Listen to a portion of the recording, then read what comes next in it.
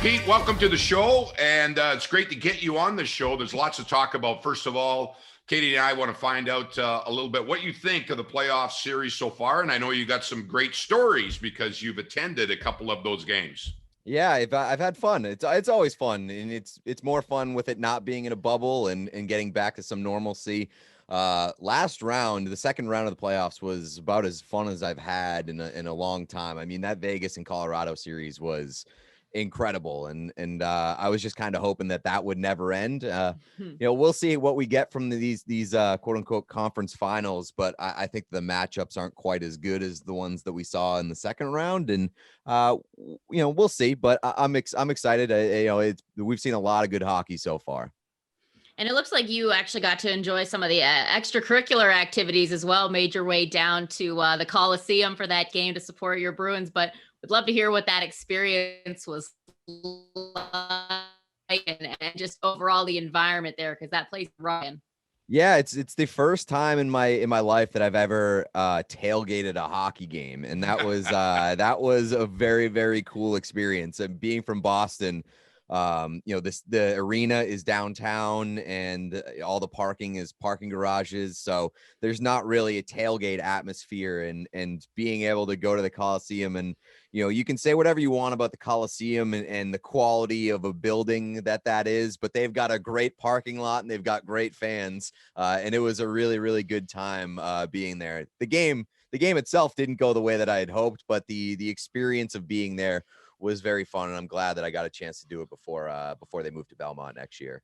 Let's stay with the Bruins, because you cover and you are one of the most informative of the Boston Bruins. They've got a lot of decisions to make.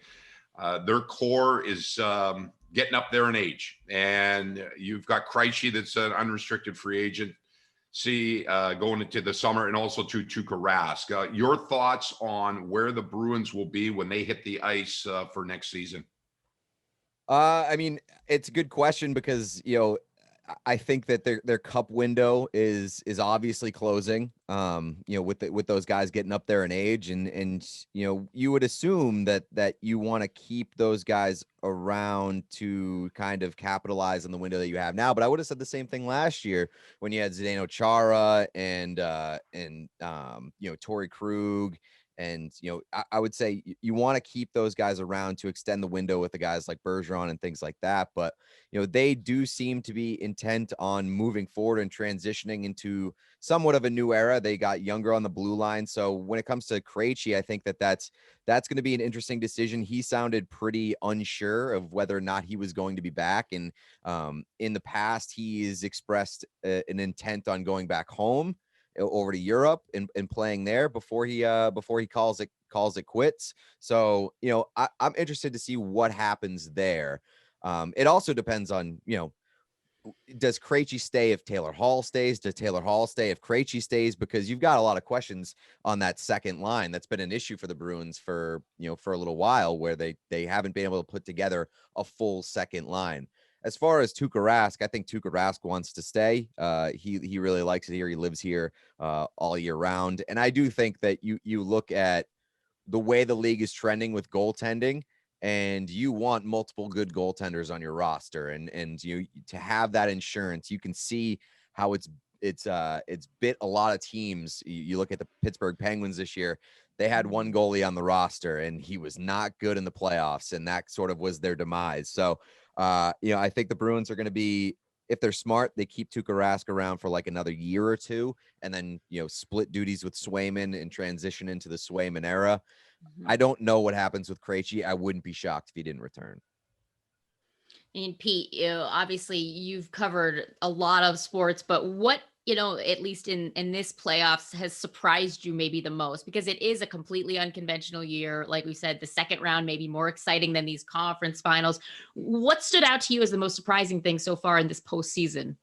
I would say like everything that's happened in the North Division.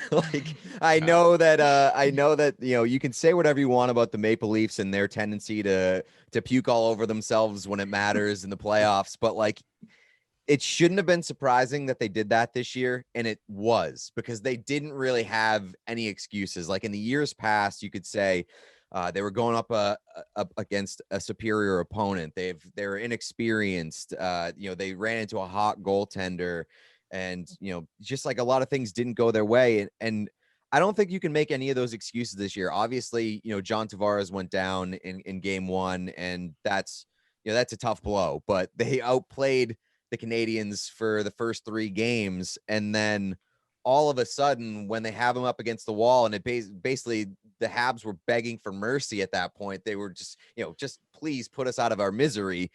And then all of a sudden, game 4 through 7, the Toronto Stars disappear. They kind of fall apart, and it was shocking. And then you have Edmonton, who we've seen struggle in the playoffs before. Going up against a Winnipeg team that they sort of dominated during the regular season, a Winnipeg team that barely played any defense. Right. And then all of a sudden, Winnipeg shuts down Connor McDavid and they start playing D. And I know they got a lot of away with a lot during that series in terms of, clutching and grabbing.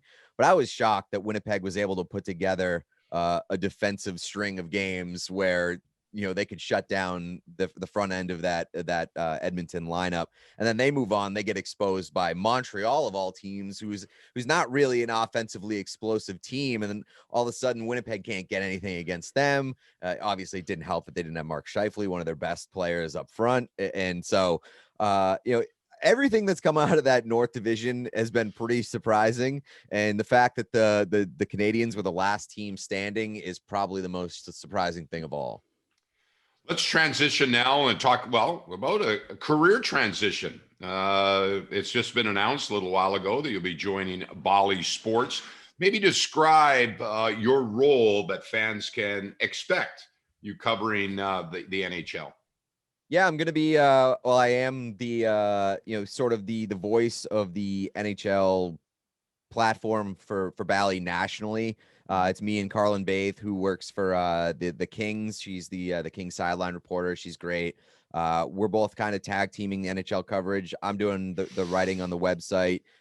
Me and Carlin are doing daily videos, and we're kind of we're going to expand moving forward. This is sort of a test run for us. It's very much still sort of ground floor for Bally Sports National. So it's been a lot of fun. I'm having, it's a bit of a weird experience being kind of thrown into the fire right into the playoffs. Like I signed on, and then the playoffs immediately showed up, and that was like, okay, now we're gonna have at your new job. And so it's been a very, very cool experience, but I'm excited for the future and where we're headed.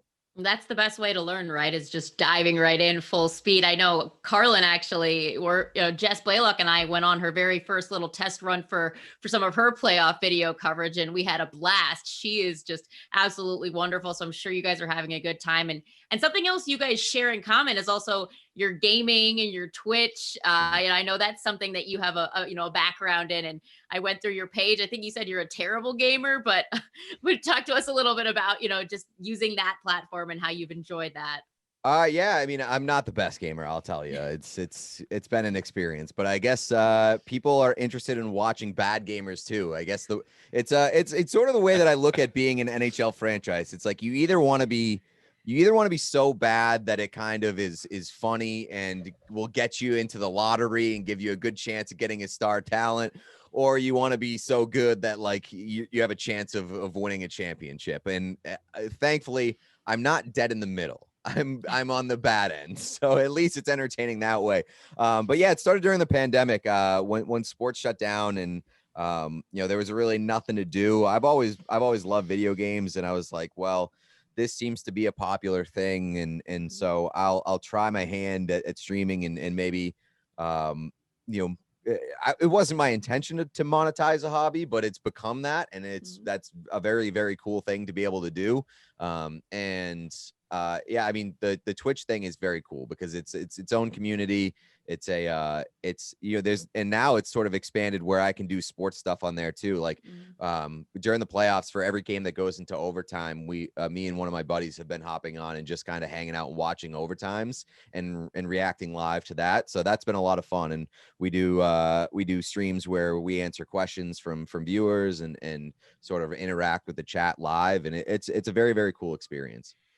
How big and going into the future here, and exactly what you're talking about in the social platforms and the streaming and the way that especially I will call yourself and Katie's generation. I'm a little bit older, not too far older than you are, but how fans are going to consume sports. And do you really believe that connectivity, that the fans are able to get a lot closer to the sport because of these new platforms that continue to evolve?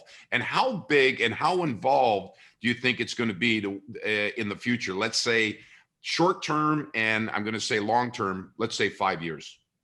Yeah, I think it's going to be big, especially towards, you know, capturing a younger audience. And I think that the NHL could stand to do a better job of kind of appealing to younger audiences in a variety of platforms. I mean, you look at what the NFL has done, and, you know, you can say whatever you want about the NFL and how they run their operation, but like they do a pretty good job of sort of thinking outside the box. I mean, the Nickelodeon thing that they did for the playoff game was wild, but like a very cool thing to kind of grasp a younger audience. They're on Twitch. They do the Thursday night football games on Twitch, and I think that's really cool. And and also the way that they allow you know, some of the bigger streamers on Twitch to do live watch alongs with the Thursday night football games. It's a very cool option to kind of get people into the sport that might not otherwise be interested or to tune in.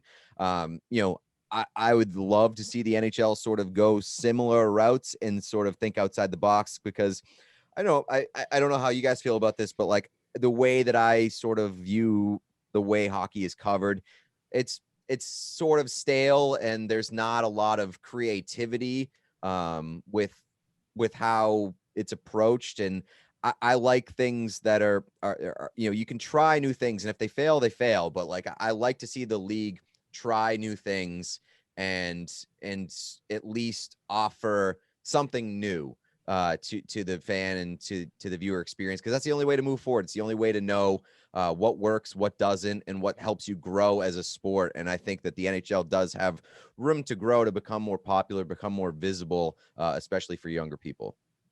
I agree. I mean, I think that's just the trend, and that's just the way we're going. And even more so with, you know, the second screen experience, incorporating sports betting. I think that's where the future is of, you know, the lines being included, broadcasters being, you know, aware of them. I mean, Bally Sports is a perfect example. That's just where things seem to be going. But Pete, to switch gears a little bit, staying with social media, but switching to a different platform.